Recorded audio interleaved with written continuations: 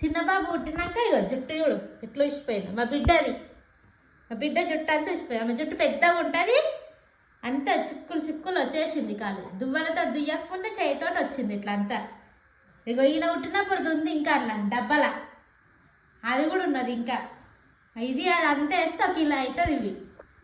ఇది ఇప్పుడు 100 గ్రాముల జుట్టు. ఇప్పుడు ఇది వేసి పైసలు తీసుకోవాలా, ఇది వేసి గిన్నెలు తీసుకోవాలా, ఏం చేయాలో చెప్పుర్రు మీరే.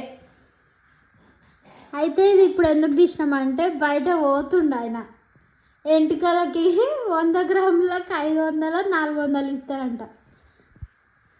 ఇయ్యము కానీ ఇక ఏం చేయాలని చెప్పి ఇక నేను కూడా జోకుతున్నా. మొన్న ఊసిపోయింది ఎంత వచ్చిందని జోకితే కరెక్ట్గా 150 గ్రాములు ఉన్నది. అమ్మో అయ్యాం కాదు, ఒకసారి ఇస్తే ఏం చేసింది, ఆ ఇంటికల్లా దాచి పెట్టుకుంటే ఇవి పెద్ద గొడవ చేసింది.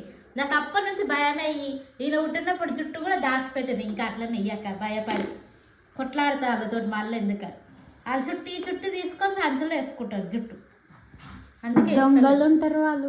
ఇప్పుడు ఇది ఏం చేయాలో అర్థమవుతలేదు. సరే బాయ్ అందరికి. బాయ్. చెప్పండి ఇది ఏం చేయాలో.